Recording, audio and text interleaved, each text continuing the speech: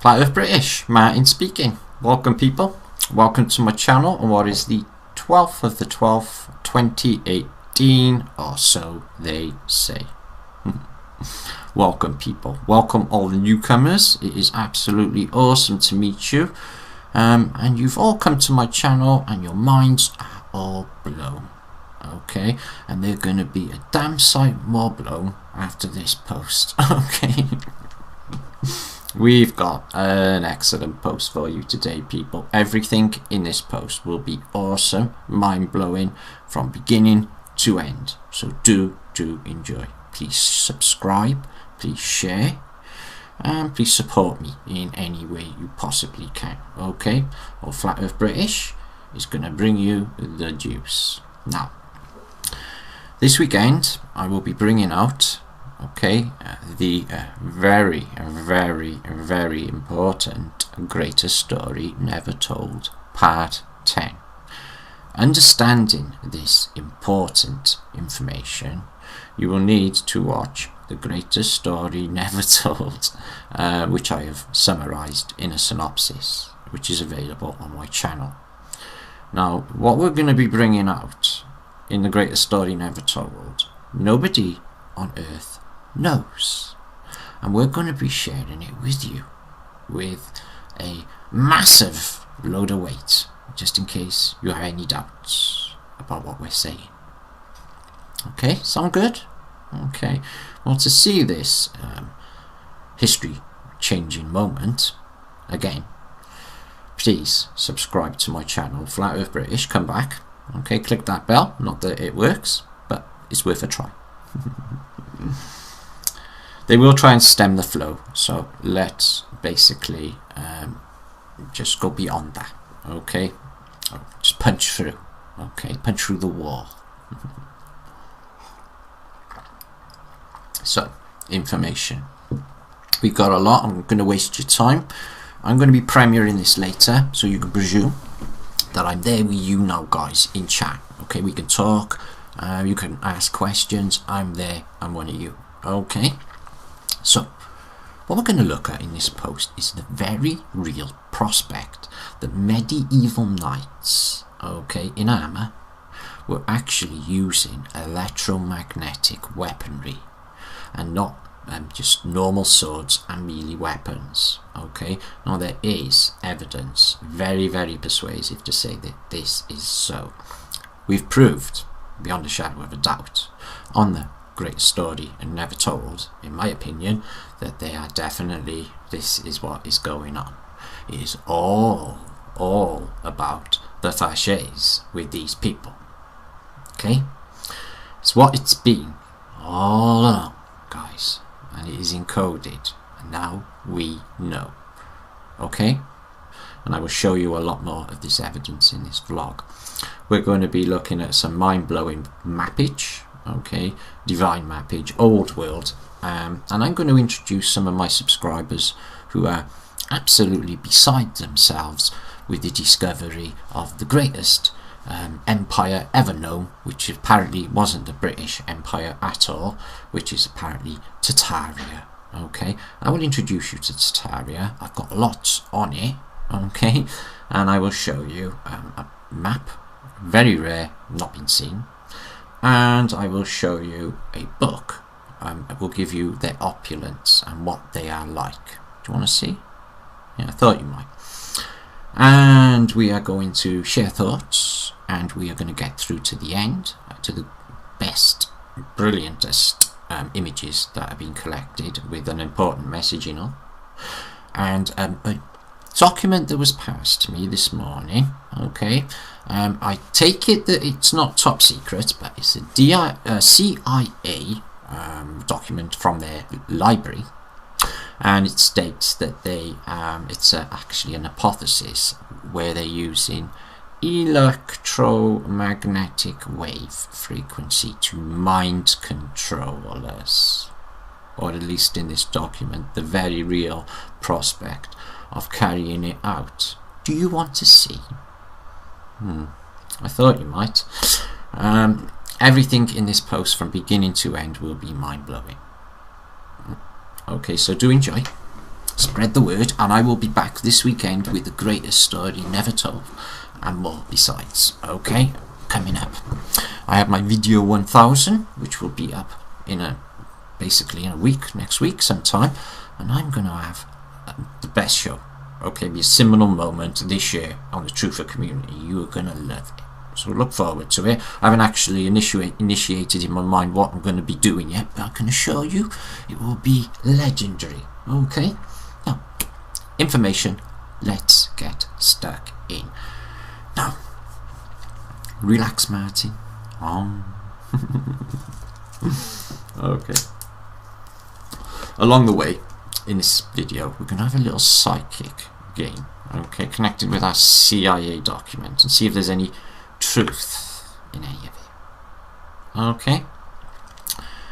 Like I say, people, we do things a little bit different around here. I'm aware of YouTube rules and the way things are supposed to be done. I've seen YouTube tutorials, and I'll play it. Now, peace and love to you all. Enjoy your time here. Okay, somebody wanted me down there, so they were complaining because I wasn't on eye level, but like, I'm a creature of habit and I quite like it there. Anyway, somebody sent me in this selfie. They are watching my video, and they took a selfie, and this is what they said. Yeah, oh, no, sorry. Yeah, well, we're going to freak you out a lot more by the end of this post. Okay. Somebody else watched the greatest story never told. He said, I think I understand what you're saying, and I'm going to send you a graphic. I made a model of what you said. And no, it's not that at all. Sorry, no, you got it wrong. I said a pyramid on Mount Meru. Okay, not the whole thing. No. Anyway, what we're going to do is we're going to think outside of the box in this video. Okay, the very, very real prospect of medieval battlefields being futuristic electromagnetic weaponry, better than anything they've got now. Okay, check it out. I'm going to start here with a very famous battle. Whether it really happened is to be determined, but we're going to go with it. It's the Battle of Agincourt, 1450 AD. Now, I don't go with this time because I believe they've added, the controllers have added 1,000 years, possibly 1,300 years, possibly more, and our calendar is not 2,000 years old. Okay, we haven't been here very long, and we're in very narrow windows of time. So let's just go with the official narrative of the Battle of Agincourt with Henry V, which is covered in Shakespeare's play Henry V. Okay, once more into the breach, dear friends. What determines this battle more than any other is its mud, where they are in a quagmire and they are drowning literally in mud. Okay, they're at the Somme, exactly the same place as the First World War battle, in exactly the same fields, no less, and they get bogged down. Now, a very small English force beats a very, very large French force. I think they were outnumbered something like 6 to 1. They put it down to the long bow. But one thing definitely defines this battle is the amount of French soldiers which fell in the mud. They had pointy helmets on, they got stuck in the mud, gloopy mud, and they couldn't get out and they drowned. Now, here's my problem with knights, okay? If you look into the Age of Chivalry, which I have, I've covered it on my channel, it is preposterous. This is not happening. The Age of Chivalry is insanity. Now, you do not, if you're a nobleman, this is what you have to do. You have to buy your armour and the chainmail to go underneath it, okay, and the weaponry. You have to hire 2 men to get the armour on you. You possibly have to hire another 2 men and wait for it, a gantry, as in a crane, to lift you up onto your horse, which is also covered in armour and chainmail. So if you fall off your horse, you will not be able to get back up on your horse and you will die. Does that make sense? Does it make sense that to be a knight you have to carry a team of people around with you to get your kit on and off? Now, does it make sense that if you try to jab with this sword into this panels of metal overlaid and underneath a tight net of chainmail, would it go through?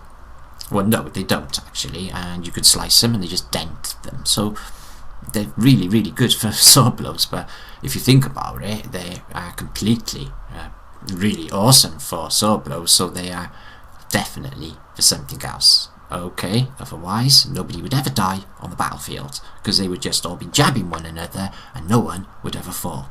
Okay, it makes no sense. So I'm suggesting, which we know now anyway, that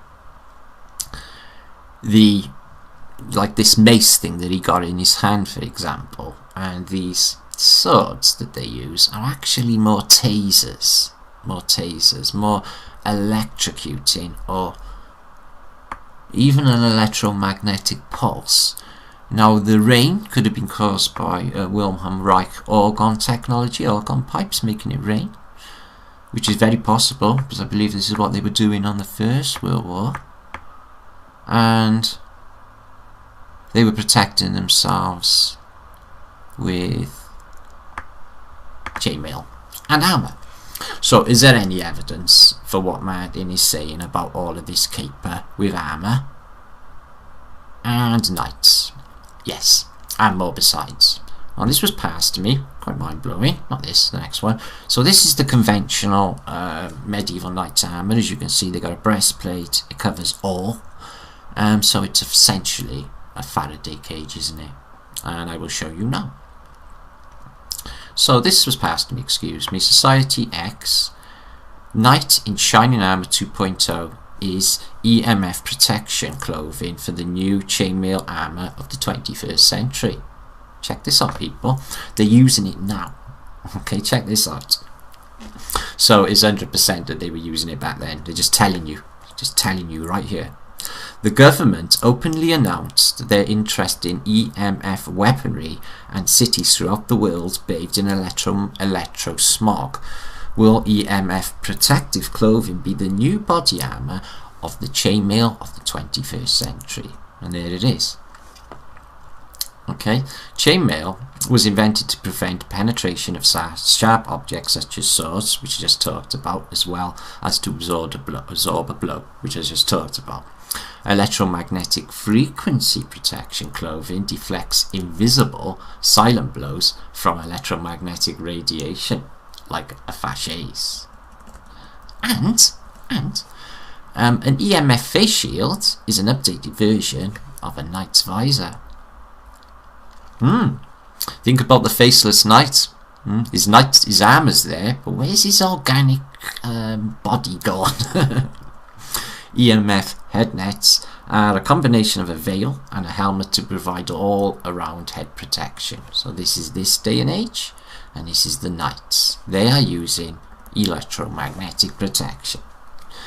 Gauntlet is Faraday fingers comparison. So this is a gauntlet of a knight and your Faraday protection of today.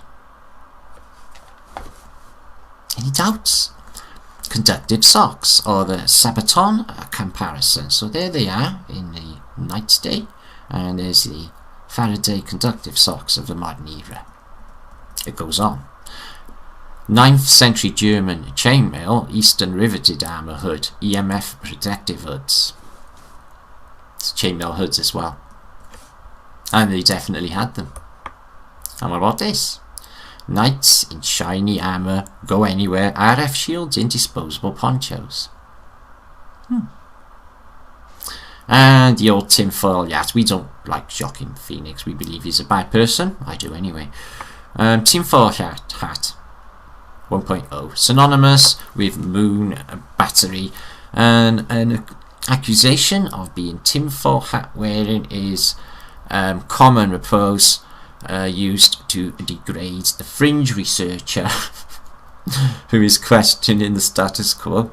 thinking outside of that box, and the paths of progress governments and universities and societies are taking make them look foolish. I'm not going to read on because the rest of it is concerning cyclists, outlandish headgear, there you go, and chainmail of the modern day.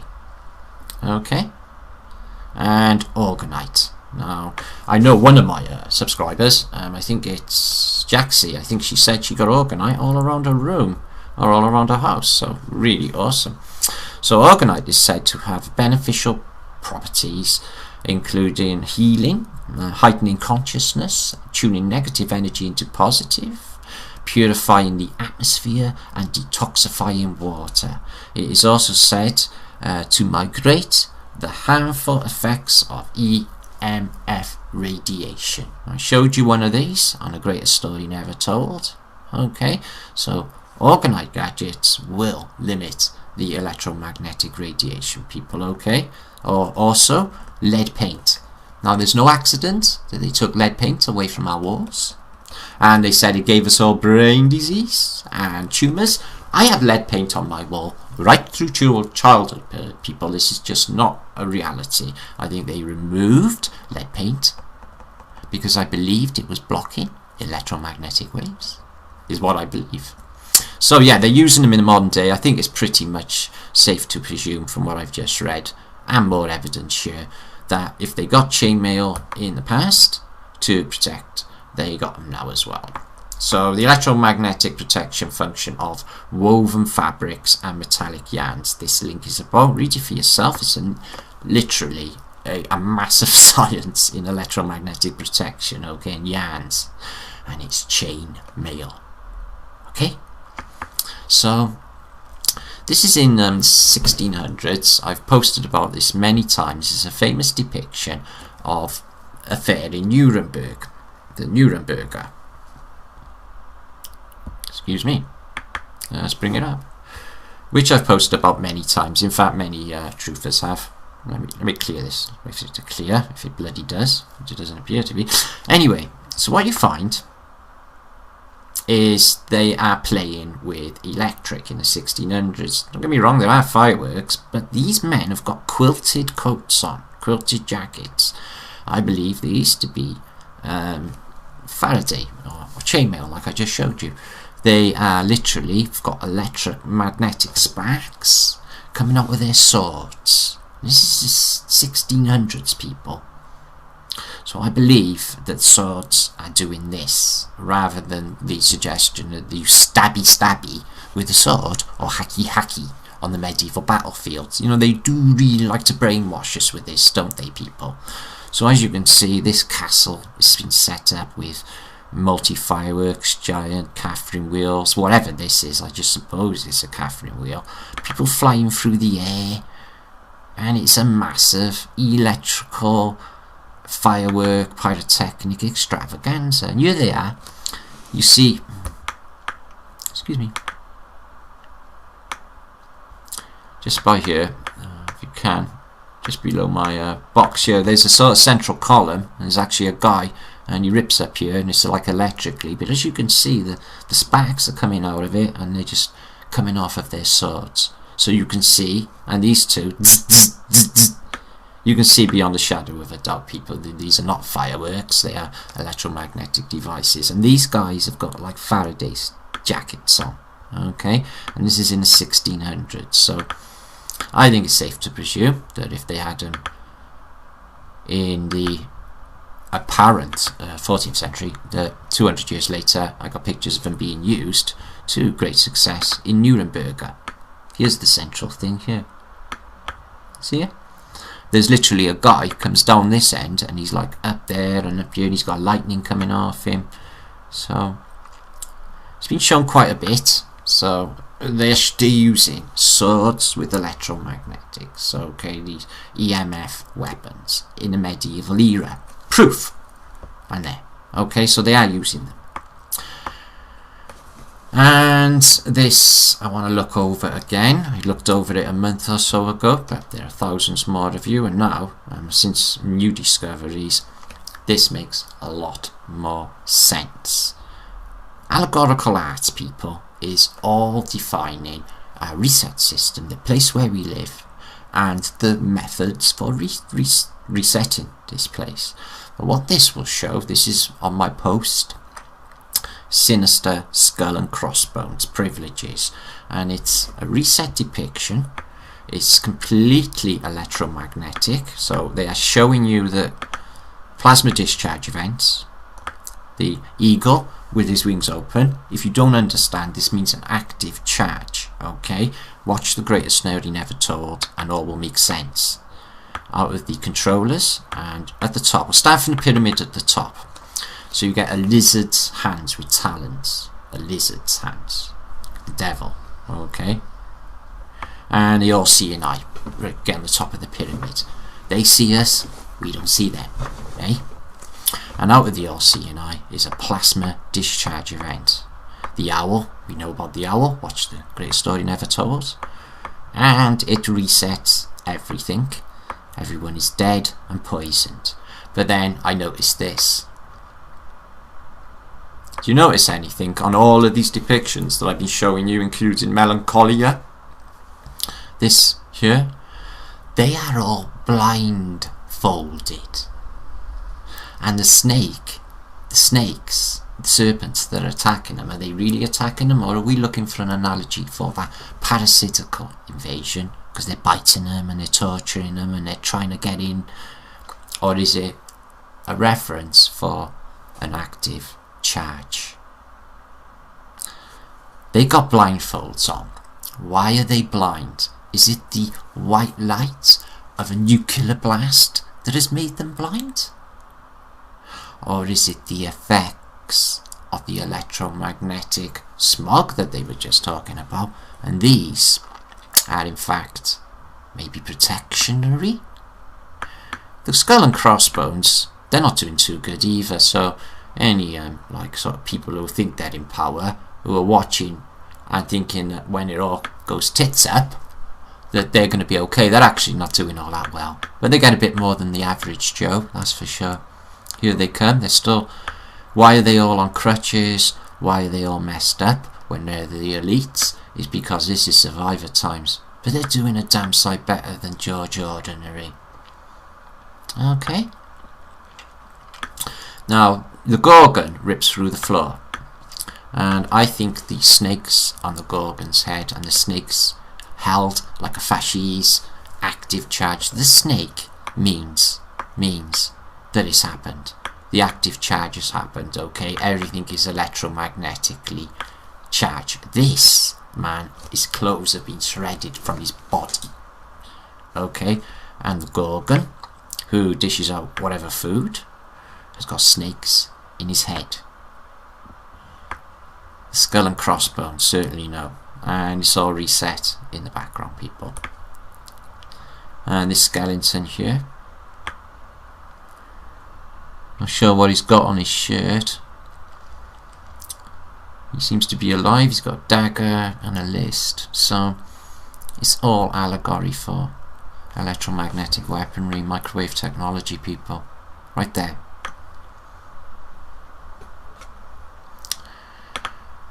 Yeah, they're using them alright. Now, this is mind-blowing. I don't want to read it all. I'm going to pass it to you, the link. Look at it for yourself. I will cover what I find mind-blowing, all of it actually. But it's apparently an analysis and assessment of the gateway process. And it was issued on the 9th of June 1983 from the Department of the Military US Operational Group. And it's to the commander of the US Army Operational Group, Fort Meade. Okay? You've tasked me with providing an assessment of the gateway experience in terms of its mechanics and ultimate practicality. As I set out to fulfill that task, it soon became clear that in order to assess the validity of practicality of this process, I need to do enough supporting research and analysis to fully understand how and why the process works. Frankly, sir, that provided to be an extremely involved and difficult process. So what he's looking into is the work of this Isaac Bentov. Okay, and his work in but quantum consciousness, quantum mechanics is talking about, which is could be referred to as quantum consciousness, but they do talk about spooky action at a distance, which I think is psychicness, and I'll talk about that a little bit in a minute. So he talks about the works of Neil Bohr, bullshit, stuff like that. Okay, paradoxes, etc. So he's trying to make sense of this study by this geezer. And check this out. In order to describe the Monroe Institute's technique for achieving altered states of consciousness, the gateway experience, involving brain hemisphere synchronization, or hemisync, the most effective way to begin is to briefly profile the basic mechanics which underlie operation of related methods such as hypnosis, transcendental meditation, and biofeedback. It is easiest and effectively to describe the gateway is by beginning with a short description of those associated with the techniques that share some of the common aspects with the gateway experience, but which are nevertheless different. In this way, we can provide a frame of reference at outset that will provide useful concepts to explain and understand gateway and comparison as we proceed. Now, what it's about is tapping into the human consciousness using techniques when we're asleep, electromagnetic waves, and it shows you quite a bit. Okay, I can't read it all because it's too much. There's a hypothesis here.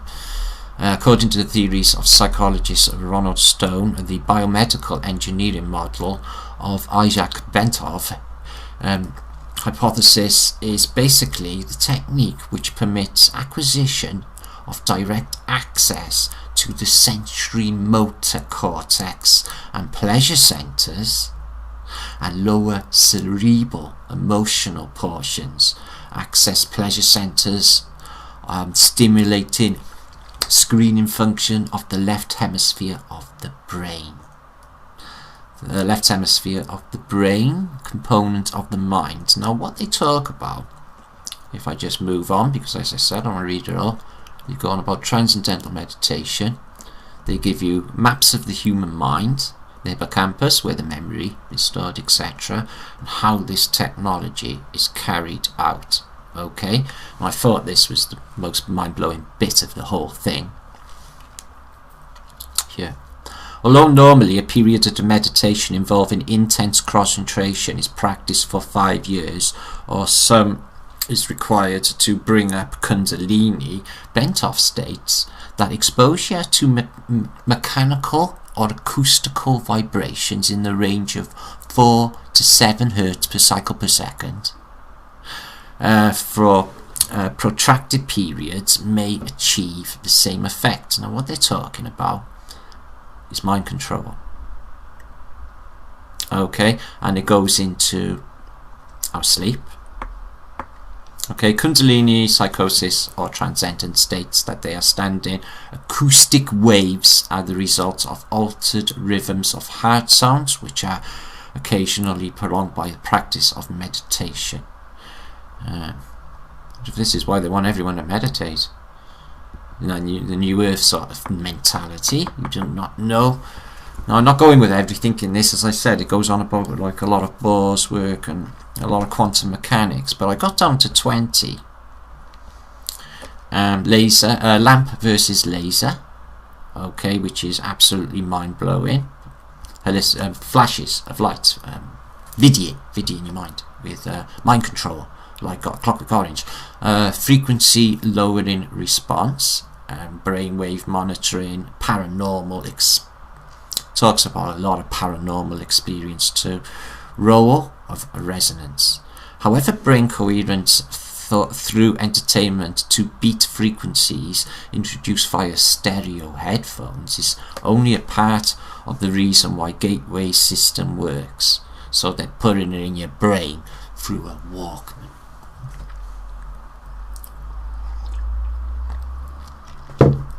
It's also designed to achieve physical quietude, characteristic of deep transcendental meditationary states, which bring about a complete alteration of the fundamental resonance pattern associated with sound frequencies produced by the human body. Yoga, Zen or transcendental meditation, if practiced long enough, will produce a strange in the sound frequency which can change in the sound frequency, which the human heart resonates through the entire body.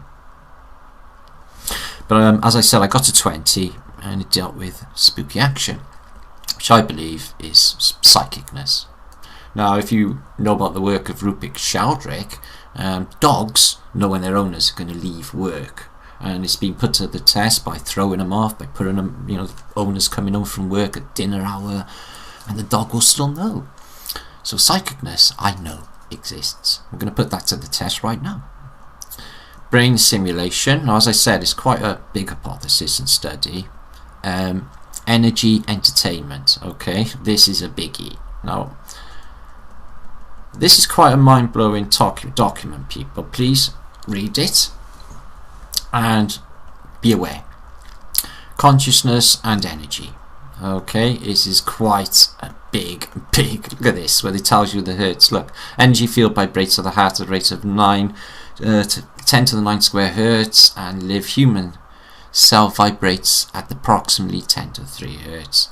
They make to the point that they are made his entire human being brain consciousness, and they're doing something to sync us. They are definitely downloading our information at night. Holograms. This is mind-blowing stuff. 13. The part to encode the whole. So this is holographic sort of theory, I take it, but they include spacing bullshit in this. The consciousness matrix. Okay, I've actually read some Carl Bribram. No, I know where they're working from, and they got it all wrong. Brain in face. So there's a lot of stuff put in this, people, which is not really a reality, and it's from the military as well. So they want people to pick up on this. So there you are. Look at this. The left hemisphere grid acts like the human mind's computer software to reduce input from right hemisphere to verbal symbols and concepts, which they know. Okay, they use neural linguistic programming on our ass to a very great extent, predictive programming, all the rest. As right hemisphere consciousness grid reduces 3 dimensions holographic image to 2 dimensions. Go for, I can't read that because it's gone. So they map the mind and they know how to implant. So this whole book is about CIA mind control using vibrational quality, entertainment. So they got time travel dimensionary there. So do I think time travel is even possible? Not through science. Not through science, no. Us, no, we're different. Okay, maybe some very highly enlightened ascended master somewhere in Tibet can project himself in 2 places at the same time, in 2 points of time at the same time, or even in the past. Do we determine our past, or what happened in the past, right now in the future? Are we right in the past right now? So, absolute to infinity. Now, this 10 it talks about spooky action at a distance, which is, they say, no matter which side of the universe, the subatomic particle, once stimulated, the other will, have exactly the same action, no matter where it is. Now, I think that they're interpreting everything wrong, but I do think the concept is real. Spooky action at a distance, I really do. I've had too much happen in my life, people, and I'm really tuned in, and I can honestly say that we are psychic. Okay, there's more going on. Is it the morphic field? I do not know, but I know all of us are connected. We are all actually just one creature, one net, one web. Us, all us. People don't like that. They're going to have to get over it, I'm afraid. So it goes into the work of dimensional physics, Mentov, special study on out-of-body experience. So absolutes in perspective. So I bet you're all dying to read all of this. From Big Bang to torus. So we don't go with Big Bang, it's beep beep. I'm really interested in the torus bit. So I'm talking egg shapes and black holes. So it is coming from science. The place of time. So quasars, oh god. And they've got a universe which is exactly, their universe is exactly our model. It's two toruses with the inertial flat plane. Isn't that curious how they would turn their model, and it's actually virtually accurate to the double torus inertial flat plane model, which is right. Sterilization rendering a simple torus, which is looked into by the military. Consciousness and perspective. So they're going off now into the galactical nonsense, insanity. So it's a gateway method there, people. And how they carry it out. Did it happen? And hemi-sync introduced, which is them sinking into your consciousness. Okay, active techniques. Having reached focus 10, the participant is now ready to endeavour to achieve a state of sufficiency, expanding awareness and begin actually interacting with dimensions beyond those associated with his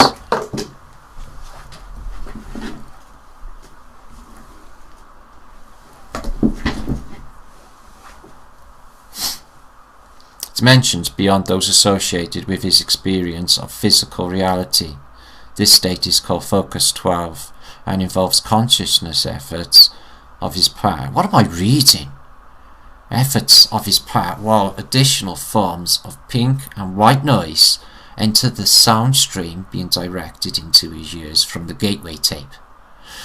Once the participant is achieved a state of greatly expanded awareness, he is ready to become employed in a series of specific techniques or tools as the Monroe Institute practices. Now I've seen experiments in the Monroe Institute where they get, completely innocent people to electrocute other completely innocent people just by a command. It's on YouTube. So these are probably the same sort of experiments. Use feedback of value of promoting self-discovery and personal growth, and the specific techniques involving describes individuality below. And problem solving, so patterning, so remote viewing. In addition, the energy bar tool is used as a portal for initiating the following on technique called remote viewing. In this context, the participant turns his bar of energy into a whirlwind vortex through which he sends his imagination in search of new and illuminating insights. The apparent purpose of the symbolism involved in the vortex seems to be a clue of the subconscious and convey it to instructions as to what the participant wishes to do in terms of non-verbal symbols, which are the right hemisphere of the mind capable of understanding. Putting your mind in a vortex, travelling to the past. So yeah, out-of-body experience. So there's a lot of stuff in here that's right out there. The role of REM sleep.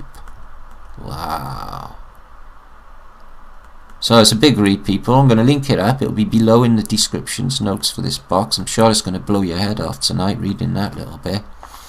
And it goes into better button sex as well, which I just mentioned, oral sex, which I got quite a bit of respect for. I've witnessed quite a bit of stuff in my life, and I know these people can definitely carry this stuff out. Something to do with the place where they live. I believe the veil's thinner, and I believe you can get these unlocks better. And the conclusion there. Should we read the conclusion? Begin by using gateway hemisync tapes to achieve enhanced brain focus and induce hemisphere synchronization. B. Then add strong REM sleep frequencies to induce brainwave quintessence and deep physical relaxation. C. Provide hypnotic suggestion designed to enable the individual to induce deep autotherapeutic state of at will. Use auto-hypnotic suggestion to attain much enhanced focus of concentration, motivation, and rapid progressing through Focus 12 exercises. So there's nothing too nefarious here, except for time, expansion of the mind. It's what they're putting in, though, isn't it? So it goes on. So the Gateway Project, Bentoff's, and there's all the biographies there. So there's a lot of links to trace this stuff up. So Altered State of Consciousness by the CIA passed to me this morning. Thank you for that, love. Wow. Like I said, people, flat Earth British. We like blood minds. So yeah, it didn't state it was a top secret document. Okay. No, it doesn't. There's no secrets there, is there? Most of that's known. Did you know all of that? Yeah, I did. Like, literally knew all of that. Ingo Swann was one of the greatest remote viewers in history, and he died a year or two ago, but I respect old Ingo Swann. So this is an old map that I have found, and it's a stunner because it shows you this ginormous land all the way up as far as Central America and as far up as Western Africa. So this thing is absolutely huge, this landmass, and in the center you have four continents. Okay, so let's mag in a bit and have a look at this map and what they show us. So you've got 1, 2, more, 3, 4, 5 maybe there. And we got Tartaria, Magna, Tartara, Magna, Scacia, India. So Tartaria's over this way a bit. So with Europe. This is an old map, and it's definitely showing lands up north. There's something bigger in the middle. So this continent is coming up as far as the Tropic of Cancer. Are we looking at a pre-flood map here, people? You know, it all looks different. Look how Britain doesn't look like that, does it? So I can appreciate its bad cartography, but who knows? Who knows? So, a lot of cool symbology going on as well. And an old Azimuthal heart map. Oh, Randy, you're going to love that, I bet, mate. Randy loves a good heart map. So, there's that one. I'm going to move on. 20:08 now. This will be up later. And please, if you are in chat now, feel free to have a chat with me, ask me any questions about anything, and please do like this video and subscribe and everything else, whatever you do on YouTube. Right, Tartaria, I'm going to introduce you peeps to now. Some people say that all of this architecture you see all over the world is attributed to this great Tartaria. Indeed, they were absolutely the hugest culture of modern times, which has been completely covered up. So this is a reality. I have looked into a book called John Strew's. He goes across the world, and everywhere he goes is in the aftermath of ruin, and he paints a pretty bleak picture of a lot of tribes of this continent. He's saying that they're iffy, they're dodgy. But that's not the whole story, because this is a very big place, and as we know, the East India Company are brainwashers and liars and evil. So we're not going to go with that. So we're going to have a look at Great Tartaria. This is a map from Pierre van der Haar 733 map, and it is Grand Tartaria and all its provinces, and it is a hell of a big place.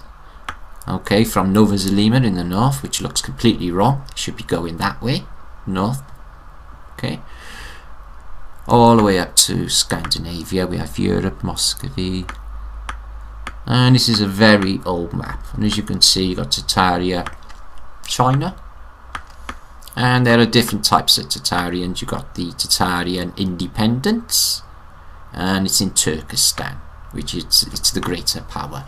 So when you were in school, did you get taught that in the near past, as recent as 1733, that there was this great Tartaria all over Asia, and Muscovites? You got Tartaria, Muscovites. You got the two.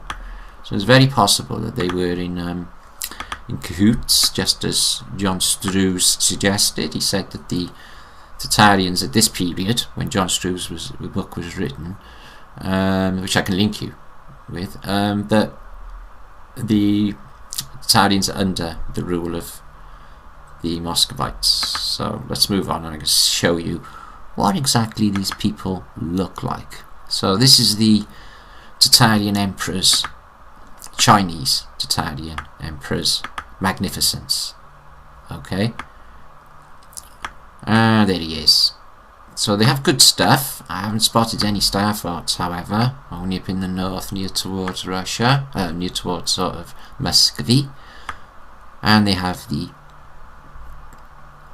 active charge. So they have tech, obelisks, they have antiquitech, the wobbly columns, they have technology. Okay, so that is your Tartarians. They have good stuff. Okay, oh, that's Brazilians. They for some reason there's across the world, even in Tartaria, great parts of everywhere. This is Brazil. You got everyone boiling up people there, and they're cutting up people. All right, guys. Yeah, and look where they're serving it up. The Strange Meat Cafe, and look who's in there. Yeah, you can see, just giving them strange meat.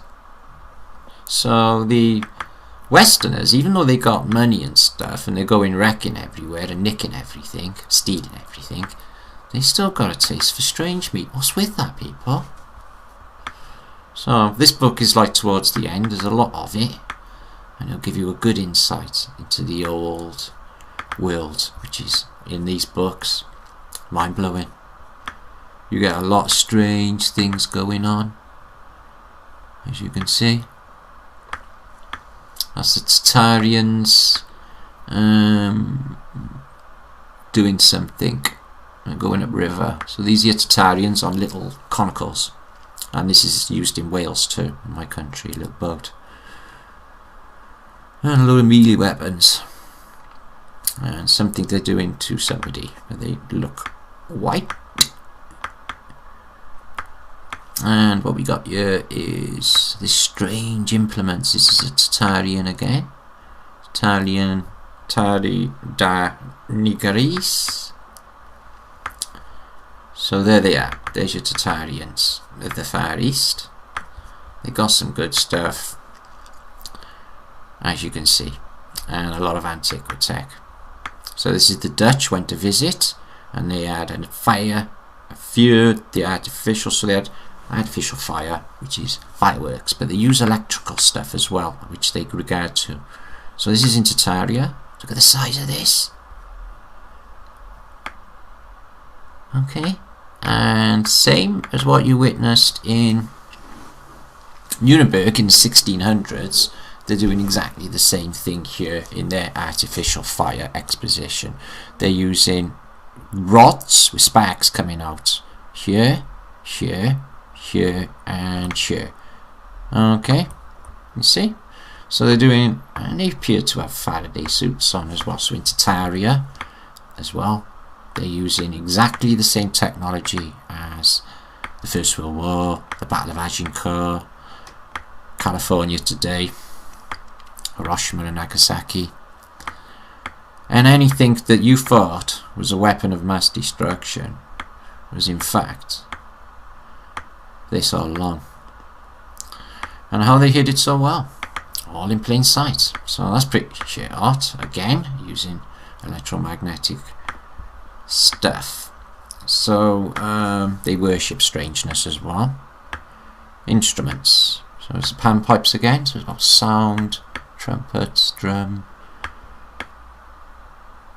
Okay, and the cooking of human beings, obviously, because, as I said, a lot of these books concerning this part of the world, everybody's chowing down on human.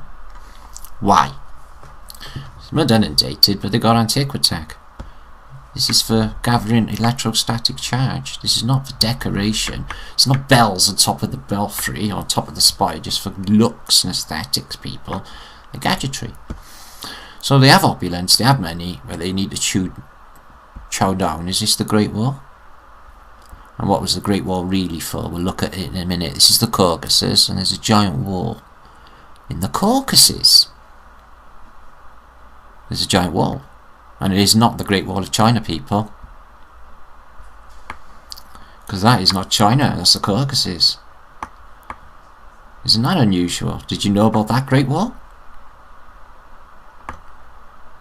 And all these cities, they're all gone from us now. Wow.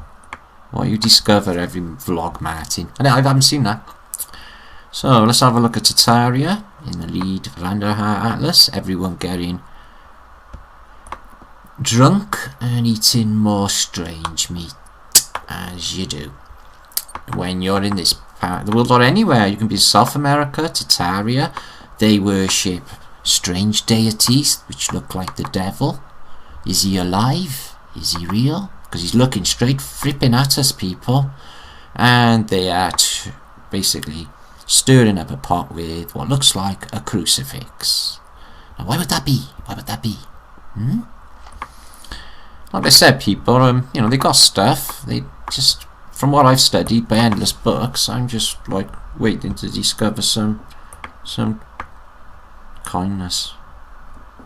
So we got a star footage. It's 1733, made of wood, but the same style. So here he is, the idols, and it's the, oh sure, but check it out anyway. Let's have a look. So we have armor for protection. And they're beating everyone up. Get out of the way. Here's our king, because he's so nice and loving. He's a giant. He's a giant. The king's a giant, people. So a Tartarian emperor's a king. Look. This guy's on a horse. This guy's huge. So the Tartarian king is a giant. They're all giants. He's a giant. The Tartarians' kings are giants.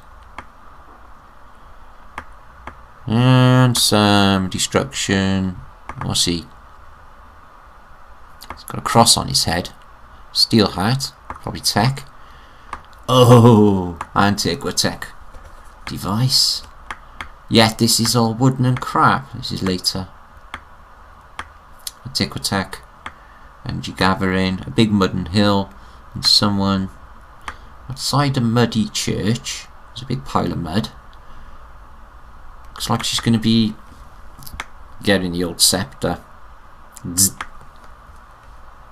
Wow, Tartarian Emperor is a giant. And they're battering people, just like what they did with Genghis Khan. So that's the end of it. I've got plenty in there for you to have a look at. In case you're new to Tartaria, check the evidence out. They did 100% exist. They 100% were this massive civilization. But they have strange habits, as you can see. And I can't imagine what really is going on, if I'm honest with you, people. I don't know how they could keep this out of the history books, that there was this great civilization, probably in America too, is beyond me. How? But it's there. It's there for us to look at. Look at it. Let's have a little look. So this is Holland, and going to Peking. So this is the Dutch when they arrive, and they see all of this unbelievable technology. Okay, this is China Tartaria, Far East. So, who's building the Roman viaducts then, people? Wow. Stunning. So, somebody's building viaducts in 1733, and it's not the Romans. CC, what's that? Oh yeah, this is when they bring the globe and everything to the Tartarian Emperor, but he's totally unimpressed. He sends it out, he doesn't want it, and all this other stuff, you'll see. So double eagle, double griffins opposing, we know what that means, and there he is, the king. And they're bringing goods in to butter him up. He's got nice architecture, so they got good stuff. Look, very good stuff. Okay, and all the gifts brought by the Dutch before they start chewing down on their natives. I think they might be offered though, I don't even know what's going on. So a good procession in the mud, as you can see, to welcome the Dutch to what will become part of it, the Dutch East Indies, or Vietnam, or parts of East Asia. And there's the locals. Okay, but it goes into some detail, but I want to move on. So I'll be linking this and get your introduction through the lead atlases. Here's some Jesuits. Or are they? Does it say femmes? Yeah, they're apparently Oriental ladies, and they're white. And that one's got sort of Chinese eyes. The others don't look like though. Spot of farming, spot of archery. Okay, okay, we dig that. Okay, we move on. And their headwear. Let's have a look at their headwear. All metal, no doubt. Metal, metal, metal. So they're tinfoil hat wearing stuff of the day. Very interesting stuff. So yeah, I'll be linking this as well. So let's move on, if I can. They use rockets as well. They use artillery, but I have shown that bit before, but not the end. So okay, now half time. So if you want to go make a cup of tea, it's 8 o'clock UK time. This will be well 10 o'clock tonight, and I'll be there with you. But I need to move along. So more. So I don't want this 2-hour video. See, now this is a map that I discovered again. Okay, and it's got some pretty crazy anomalies, which I'll show you now. Okay, now it's a map of Southeast Asia, but there's lands that I've never seen. I don't know what's going on. Okay, as you'll see now. Right. So we got India. So I'm thinking this is a pre-flood map. Okay, I'll tell you why now. So you got India, you got China. Okay, everything, the writing is upside down, so it's like a south is up perspective, an upside down map. And Java, okay, Java's an island, we know. Then what is connected to Java exactly? And what's this here? And what's that there? They're not supposed to be there. This is the Indian Ocean. The Seychelles and the Maldives. We'll have them. They're there. What about this here? And what about this island here? And what about this huge, huge landmass that is just separated from Java by a river? And it's there. So any idea what we're looking at, people? Because it's not there anymore. Obviously Australia is down that way, but it's not up in the, you know, the Philippines. What are we looking at, people? What are we looking at?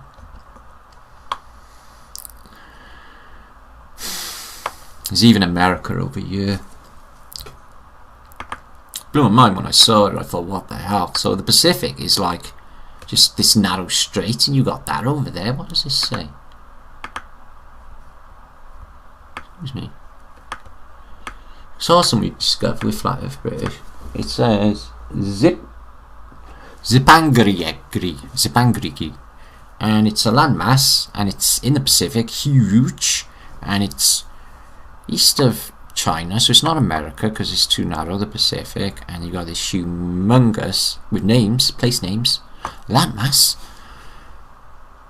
and it's made by the British Maritime. Why are they cartography in landmasses that don't exist anymore? So I think we might have discovered an old world map, and these are slipping out ever so much more these days. Okay, that's what I think. So I'll link you that. Do enjoy it. And if anyone knows what's going on, let me know. With any of this, actually. Okay, so we're going to have a little quiz now. Okay, now I read you that CIA thing about what they can do with their knowledge of this place and the idea of using it against us. They only have half the story. These are absolutely beautiful maps, which I'll show you now. I think they're old world, names I don't recognise, creatures I don't recognise, peoples I don't recognise, and we'll have a look now. Okay, universe, cosmos, and it shows a green, beautiful Africa. Right, there's something in this box. Can you hear that? Okay, now I'm going to send a psychic signal to you all now in chat. Okay, and you have to guess what is in the box. Now I'm going to send it, and after 10 seconds, write in this chat feed now for this video what you think is in this box, and I'm there with you and I will answer for you which one has got it right. What is in the box?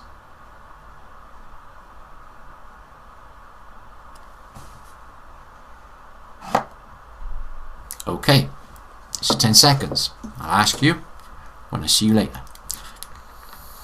Now, I don't want to go through all these. They've shown them once maybe before, a long time ago, but not these ones exactly anyway. So they are beautiful colour, and they show a world that doesn't exist, mountain ranges that don't exist. So looking for yourself, I'm thinking we're looking at all world maps. You've got the Barbary Coast, and you've got the Alps, and you've got Denmark, and you've got fairy tale castles everywhere, but no star footage on this map. Just fairy tale castles everywhere on these maps. So they give you a little write-up, which I'm going to give to you, but I want to show you Africa. For some reason, there's a mountain range that doesn't exist, and there is. So that's around the Black Sea, coming up to Tartaria.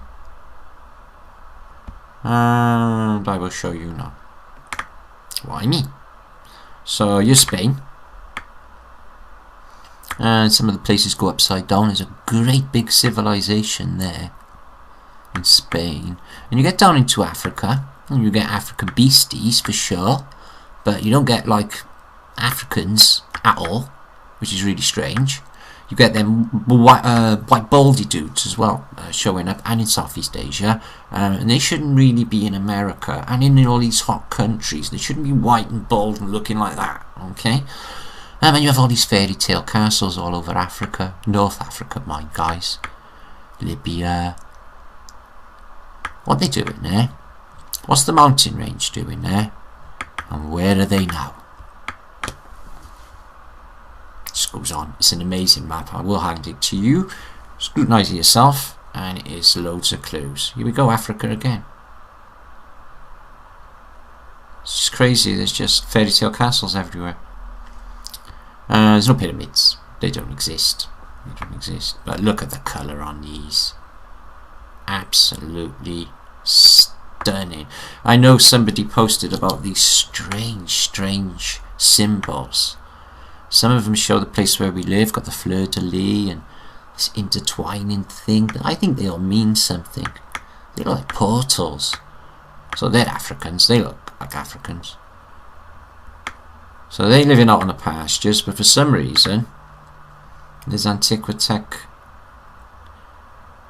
fairy tale castles in Africa. Who knew? Who's building them? Some civilization we know nothing about. And also it's all green, and now it's dust, isn't it? Because I've explained to you on A Great Story Never Told, if you watch it, that they turned the place to dust. And this is down sort of Nigeria and West Africa. And they have Antiquitech on their huts. But it's a little bit more what you'd expect. You've got a Cyclops there. So all over these things you've got bloody freaks of nature again. Messing with the gene pool, like it says in Genesis. Which we'll get into later. Look at these. I should have put some Mozart on to go with these. And the active eagle. The wings open because his charge is open. They're bringing the technology with them. These white dudes out in the Pacific. They got the tech. They're the controllers, you see. So unusual. And the fleur-de-lis point on. Stunning, aren't they? Anyway, this is going to be a 2-hour video. Nobody's going to watch that. So does Africa. South Africa's got fairy tale castles and deciduous trees. And we also got deciduous trees up in Africa, which means they lose their leaves in winter, which means that shouldn't happen. Not in that climate. So the climate was different. The maps are different. There's mountain ranges. It's green. These are old world maps. They're lying about the date. I don't know what they're doing yet and why we're seeing them now, of all times. Okay, so look at the Red Sea. Now, it's 8 o'clock. I need to be getting on. So, psychic guess, I'll be asking you now, and I'll be giving you the answer now. Okay. What was in that box? So, deciduous trees in the Red Sea where there should be desert. So why is there deciduous trees in Europe? Maybe they're just guessing how it would have looked and they're not being there. Who knows? Nowhere seems to be desert in the entire world at this period. Everything's green with deciduous trees and lush. You get the Emperor Tartaria on here as well. It's really old. So. Persian Gulf also. Where's the desert? Why is it green? Why has it got deciduous trees where Mecca is, guys? Any idea?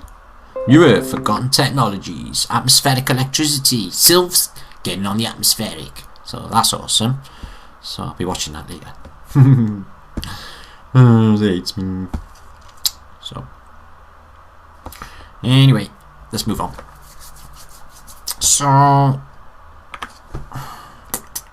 now I'm going to hand you this book, but I can't really go through it because of the time aspect, but it's a juicy one. I'll pass it to you, and if anyone wants to help in going through loads of stuff, that would be absolutely epic. I hope I'm not talking too quick. Oh, what happened there? Sorry. I just switched over, don't worry. So, I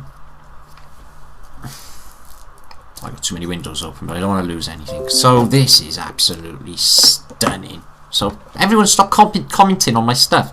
So you know Piranesi, the artist, which I go on about constantly on my channel. Well, this is another one, right? Hello, Giovanni, which paints. Now this is what you engraves his visit to Rome, right? Now check this out, guys. What he sees.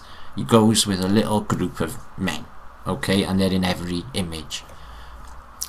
The city is completely empty. The city looks like a great culture, which is all gone now, which you've never seen the likes of in your life, and everywhere, deep, deep, deep in mud. Sure you're not. So this artist, and you'll see a little load of wolves and one person, or lions, but you do not see a populace. So the Colosseum, before it had his buttress in the 1700s, apparently old and inundated. So what you see, guys, right, is this group of people and no population, but check this civilization out. Now, I'm going to run through them because it's everything. You even see the bunkers and you see all windows and doors halfway covered in mud. Nobody's been there since the event. Sweet catch. So the same group of men, these huge things, megaliths or whatever they are, left from an event. Now the grass has grown back, no trees just yet, so I'm presuming. So there's the Constantine Arch with grass, a few little trees, and use this group of men, couple there, and it's that deep. It's that deep in mud. But it gets crazier. This massive architecture, this one group of people, and in every image, but no more. That's the other arch, and the city's certainly there, but everything is smashed, a ruin, and deep in mud. Nothing else but mud. And I haven't seen a lot of these ruins. I'll show you now. They're just huge. So they've just come in, this group of men. As far as I can see, they're carrying something, and Antiquitech, Twin Towers, something happening there, I don't know, and an obelisk, which is supposed to be Egypt. Some quite big trees. So let me just zip through, because you're going to see now there are a lot of places, well, all of it is inundated, but this civilization is just too huge. Something seriously wrong with that. Let me hit it. I've shown it before. I can't believe that's just wasted away through entropy over 2,000 years, what they say. So that's not there today, I'm sure of it. And the old world. It's Mary's masonry, it says, or something. It's Mary's. Antiquitech. And this, imagine walking through that. I've been to Rome, twice, but guys, imagine walking through a civilization with no people about, and it's just this big, huge doors, not for humans. There's no use putting them that big. All of it, look at it. Just mad.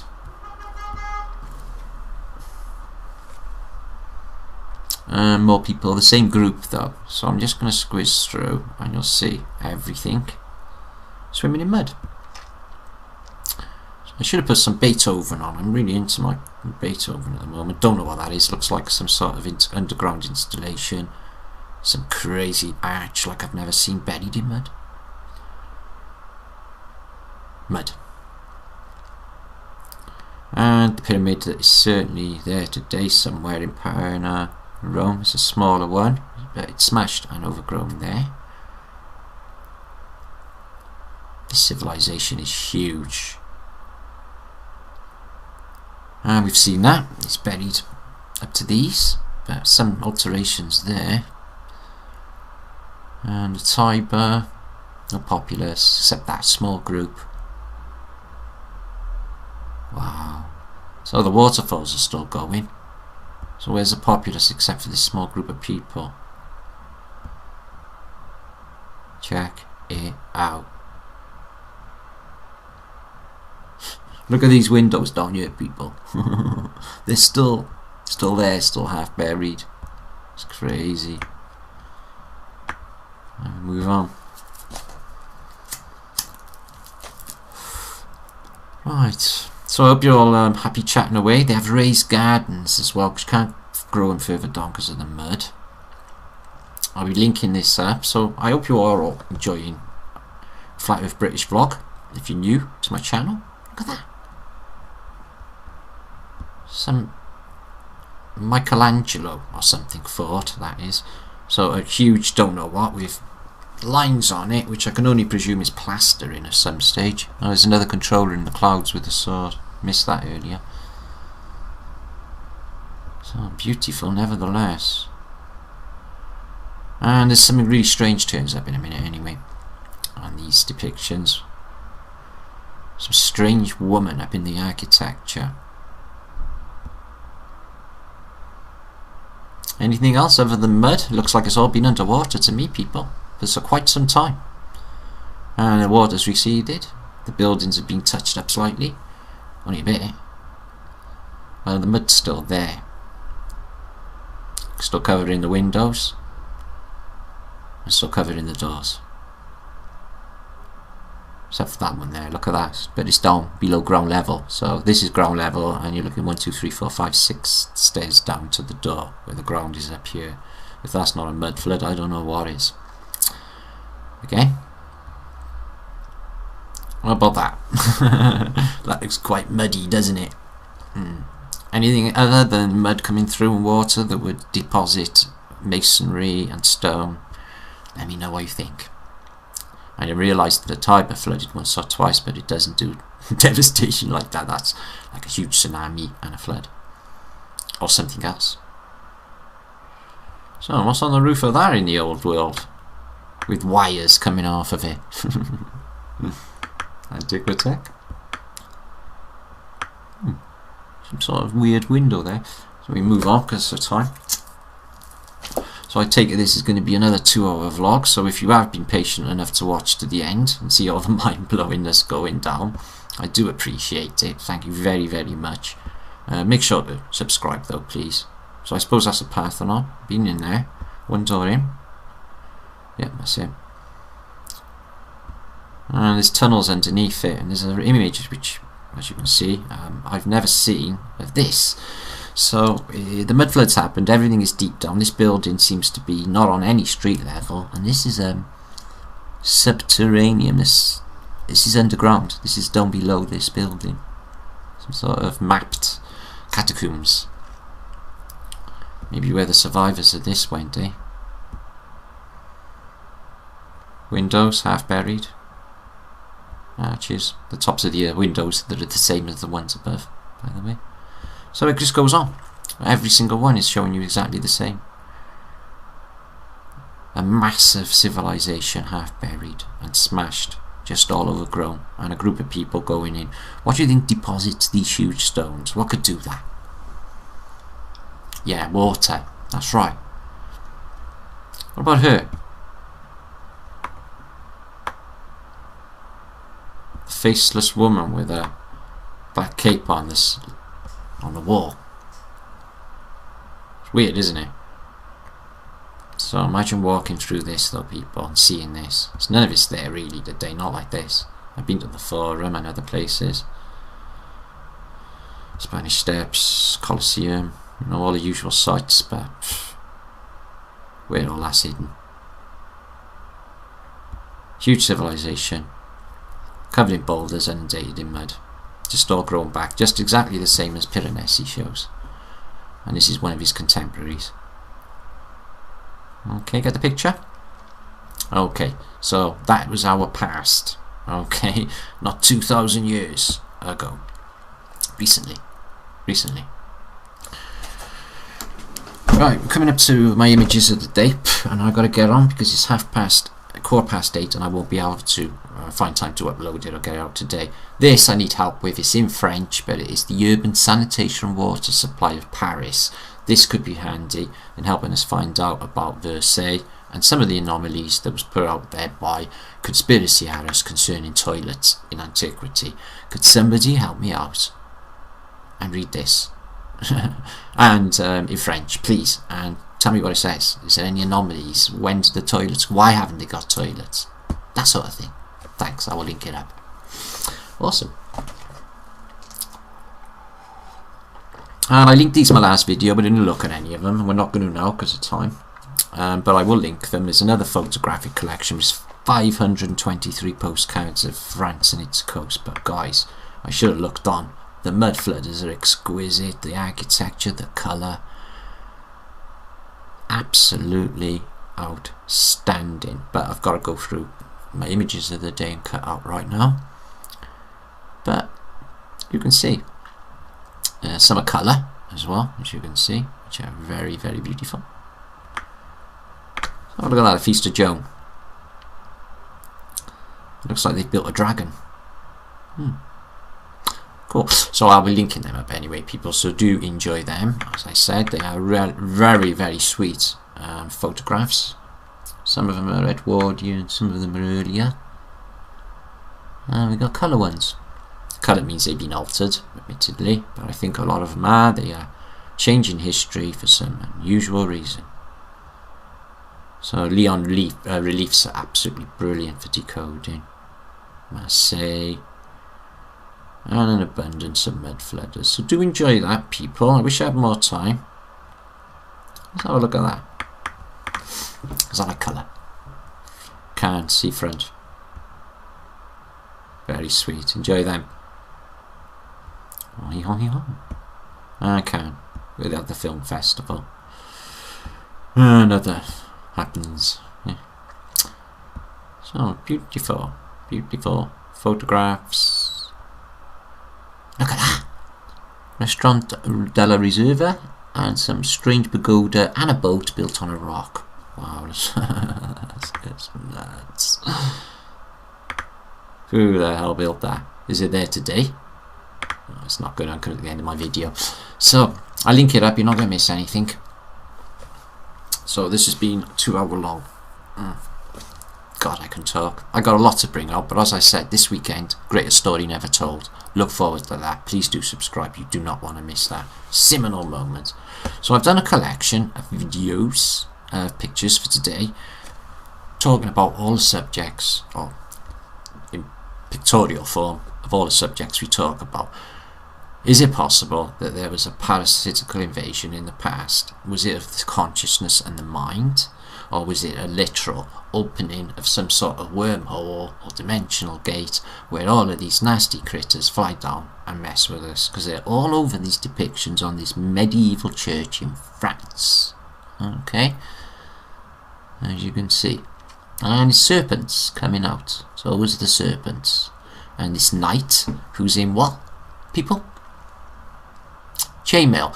It is all allegory, I think, for electromagnetic weaponry. Look at this guy biting the top of his head. He's grabbing onto a pan pipe really tightly, this demon. And he's feeding some kid something. And feeding this into a monster. But the knight is being dragged down and pushed down with a pole or a fork in his back. And this is more allegorical art, which will show you that they're holding this rosette, these two controller type people, and through it is another world, and not the one you're looking at in this ring of flowers. They're showing you another reality that is not the one that we're in. It's sort of a window to another world, if you like. So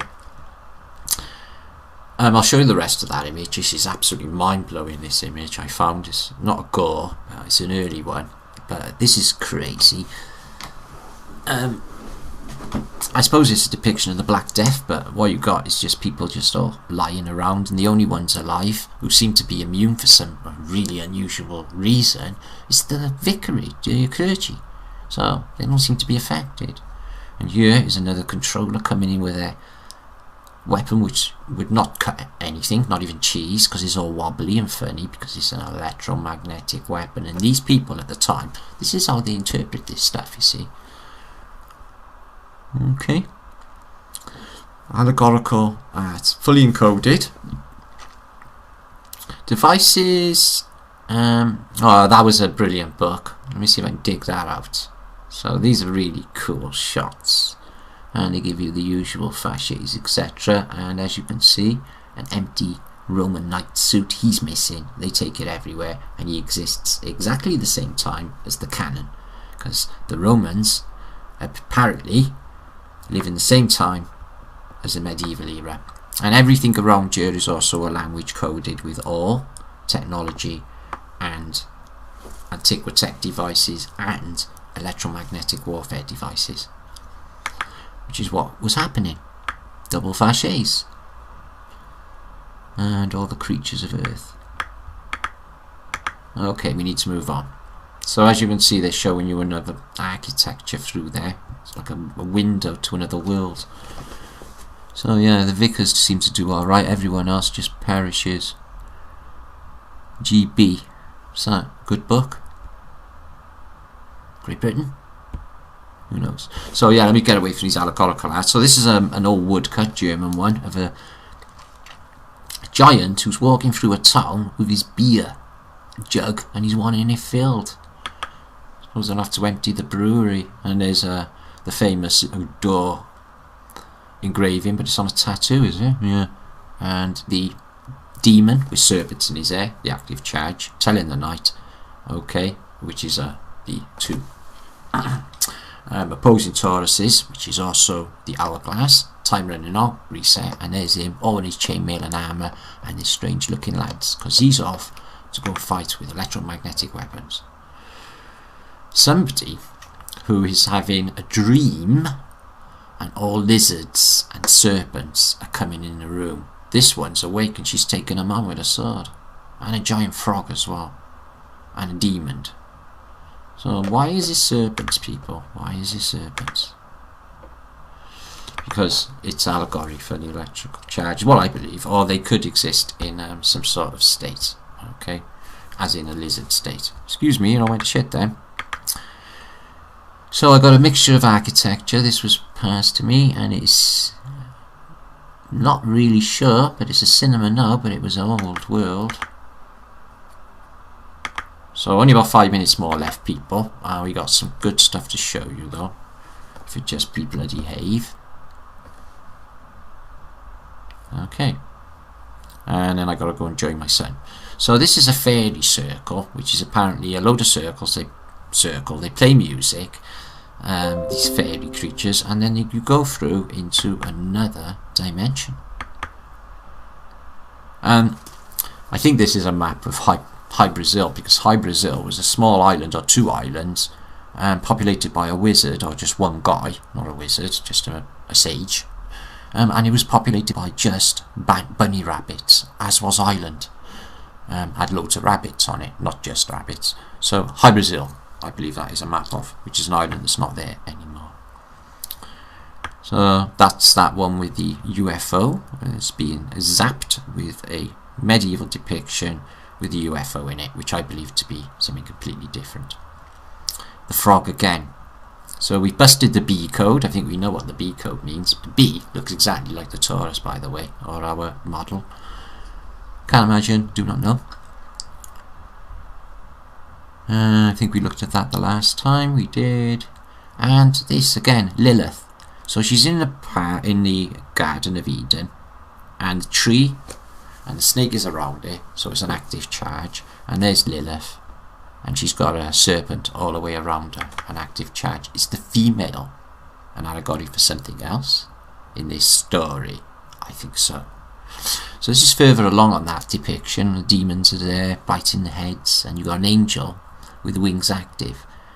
This club with this demon. So we're talking technology. Don't know, apparently this existed, but it's 4 or 5 creatures, including a man, all in one. And medieval battles on the fields of Agincourt, which never had a castle, by the way. Not sure, it's too small. Excuse me, and let me get this image. It was mind-blowing. If I could just get it to go bigger. And it's called Breaking the Net, or Breaking the Web. And this lady's in this web and she's breaking it, and this man outside is spinning more at her, sort of like the Matrix. And there's your modern day chainmail, used for electromagnetic protection. Look at this falling from the sky. On chains, an orb with an electrical discharge in an inundated world. Sheep. And he's pointing at it. Now there's a few scenarios of what that could be, people. So that is everyone stabbing to death. Excuse me. A unicorn. Did they hunt him to extinction? Can you see that? I know it's a bit blurred, but they're stabbing to death a unicorn. And this for America I thought was very unusual. Same old controller tech and language, but they're all busy strangling one another or something. A bit too blurred, I apologise for that. And a mud flood pick. I screenshot this on one of these books that I collect, and they are literally digging the mud out of an inundated world right there. You see? Make it a bit smaller and you'll see the fuller picture.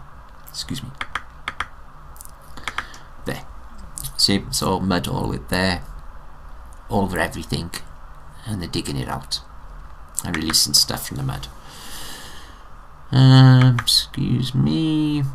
This Matthew Hopkins Witchfinder General. So apparently they go around the medieval or the 1600s collecting people, dunking women in water, and if they drown, they're a witch. If they don't drown, they're no. If they drown, they're not a witch. Fair.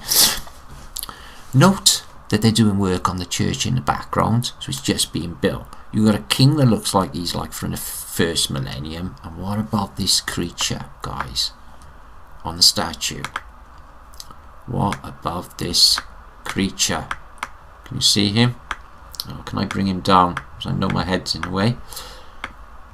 This creature here, excuse me, is a lizard, and he's on a statue. So were they here? Because they're eradicating them.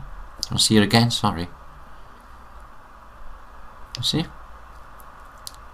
I've seen that type of lizard creature a lot, and he seems to be alive. What about this? A little guy and a big priest, and he's saying light that beacon. So it's either a really small child or a very, very big priest. I know. And there's the authentic chainmail for electromagnetic protection. This guy is a Cyclops. He's got a face and he's another dog head. And we got a Bellini as well. So loads of medieval cryptids. Sea snakes, giant lizards, and they eat ships. So like the Kraken. So there's that image again, the fuller version. Demons, says there. Demonus. So it's a bit of a strange depiction to have on a French church, but there you go. And attacks from the sky, like Stuka bombers with arrows. So everyone's dying. So is it something else that they can understand coming from the sky? This will throw you guys. What are you looking at there? Okay, it's the Americans, and they're marching, aren't they? So where are they marching through? Well, let's see if we can find out. Oh, excuse me again. It's Russian. They got Russian on there, and the people are Russian. Why are the Americans marching through Russia? Actually, it's the visit in 1918, the last year of the First World War. The Americans visit Vladivostok and just tour the town. But as you can see, it's that same old architecture in Vladivostok on the east coast of the Pacific. Mind, in Russia, you've got the same as what looks like Chicago and the Americans. So that could throw you, couldn't it? What are the Americans doing in Russia? So this is a picture of photograph in the 1800s of the Great Wall of China, before the Chinese tourist board got their hands on it and made a load of money on it. It's all overgrown and rubbish. So another pan-devilly person. We get him in a lot of depictions. I want to get up to the end. This is supposed to be, I know it's going to spin the wrong way, in England. I can give you the book, Antiquities of England, and what they're doing is going around all these churches. This is Dunstable Priory, which I've covered on my vlogs before, completely inundated in mud, and they're lifting up the slabs and stuff and checking it out. So this is post-event. You can't argue there's not all mud outside. You can't say that's not what's happened. Okay.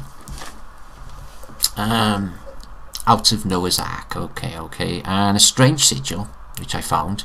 It's got the Twin Towers on it as well. Strange dodo type creature he's walking on, and he's got the wings again, so the active charge. And a strange sigil for I think that was the Roman Emperor Constantine. I might be wrong.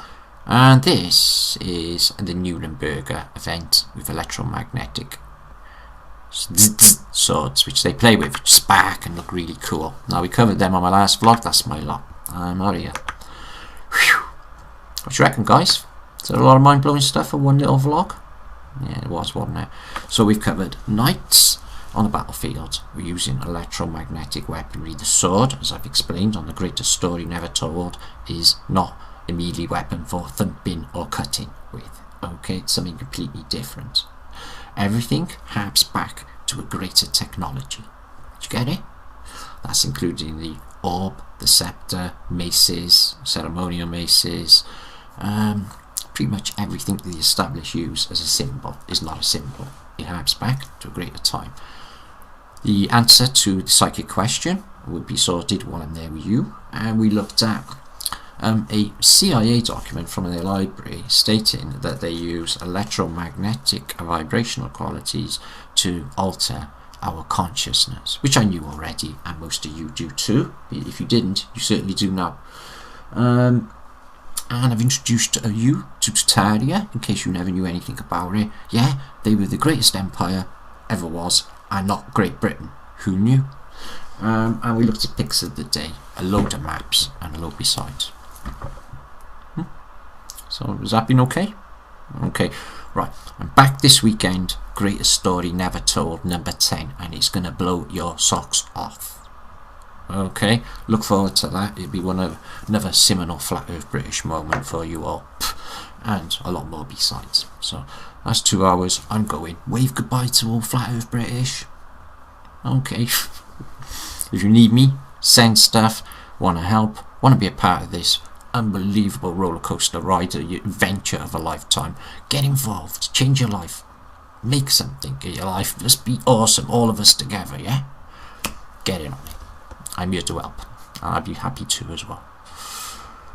Peace and love. Be good. Don't do anything I wouldn't do. Okay.